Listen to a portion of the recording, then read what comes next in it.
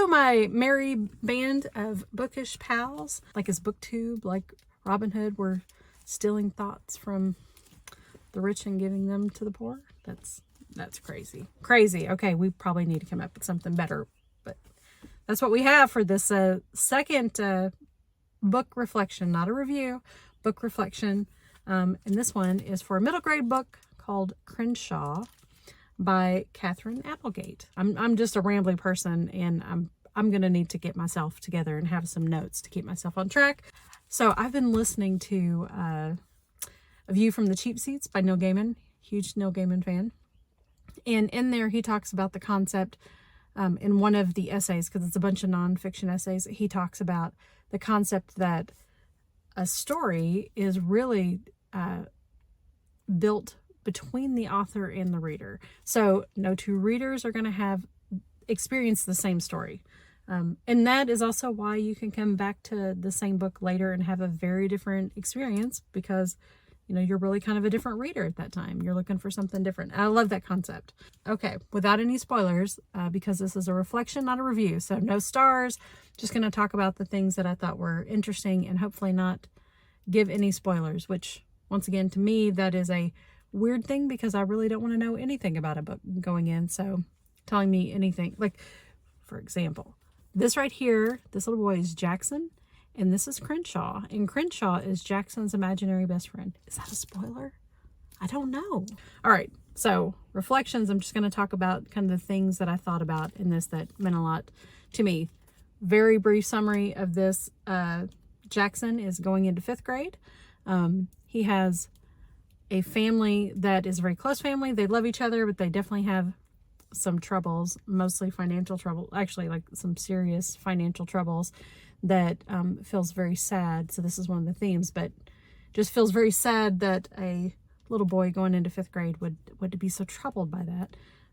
And they've had these troubles for a long time. And so with that, Jackson created an imaginary friend, Crenshaw, when he was 6, I think.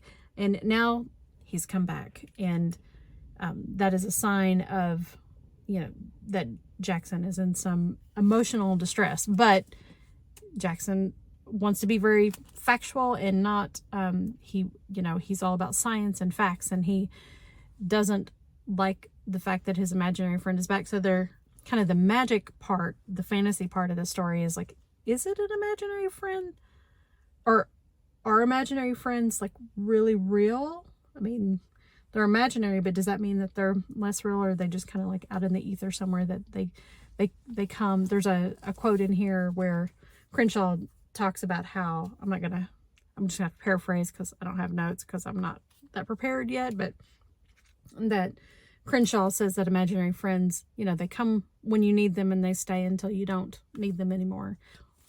So with this, there are some important things in there that I thought that really struck me. So one is there's definitely the whole feeling of things being very bad for some kids that we don't even think about. So it's just an empathy and an awareness of that, and how kids can be so resilient in those times, but just because they are able to seemingly cope with it and stay positive and bounce back, that doesn't mean it's not affecting them.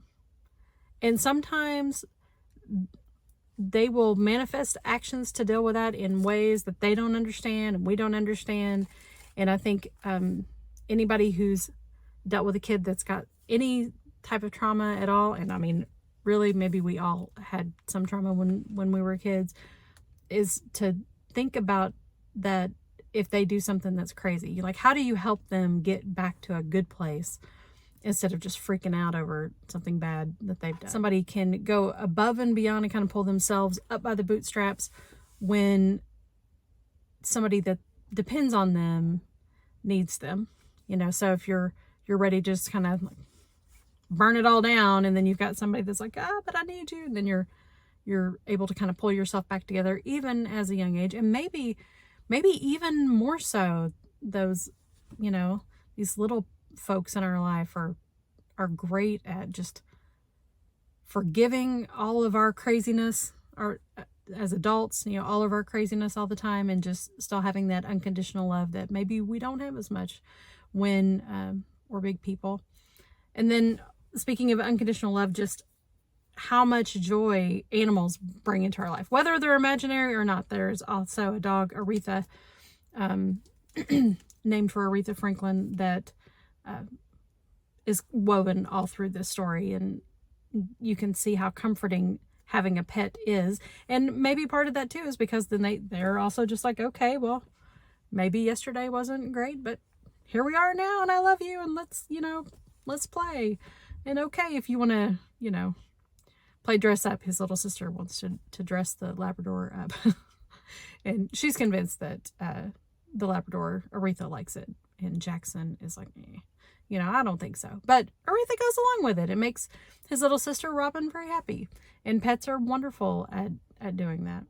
How kids can come up with fun ways to cope with things. Sometimes they may cope, acting out, doing bad stuff, but sometimes they come up with like really clever, inventive ways. So one thing that comes up real early in the book, so hopefully that's not a spoiler, is that, Jackson and Robin often don't have any food or don't have much food.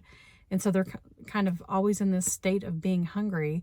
So they've invented this game called Cereal Ball, which is where they take, a hat or a bucket or a cup or something, and they put it across from them, and they shoot pieces of cereal into the hat or the bowl. And then once they make it, then they get to eat that piece. And they have to make sure they set it far enough away that they don't run through the, little handful of cereal that they have too much. And that the whole point of the game is that it takes you so long to eat it, you forget about how hungry you are.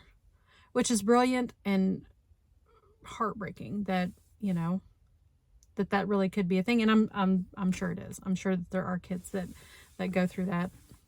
It just makes me want to go out and, I don't know, give peanut butter sandwiches to every kid I come across. So anyway, that is just a couple of my reflections on Crenshaw. Now it'll be on to the next book. So if you have any suggestions on things that would make this less cringy, let me know. Maybe I quit saying so I'll get better. It just takes some practice, and that's what we're doing here. And hopefully you like the cards, like we're writing in the car. Shall I like put you over to the side so that it's like this constant profile, and I just look at you every once in a while? No, maybe not. All right. Okay, I'm kind of silly. All right. Until next time.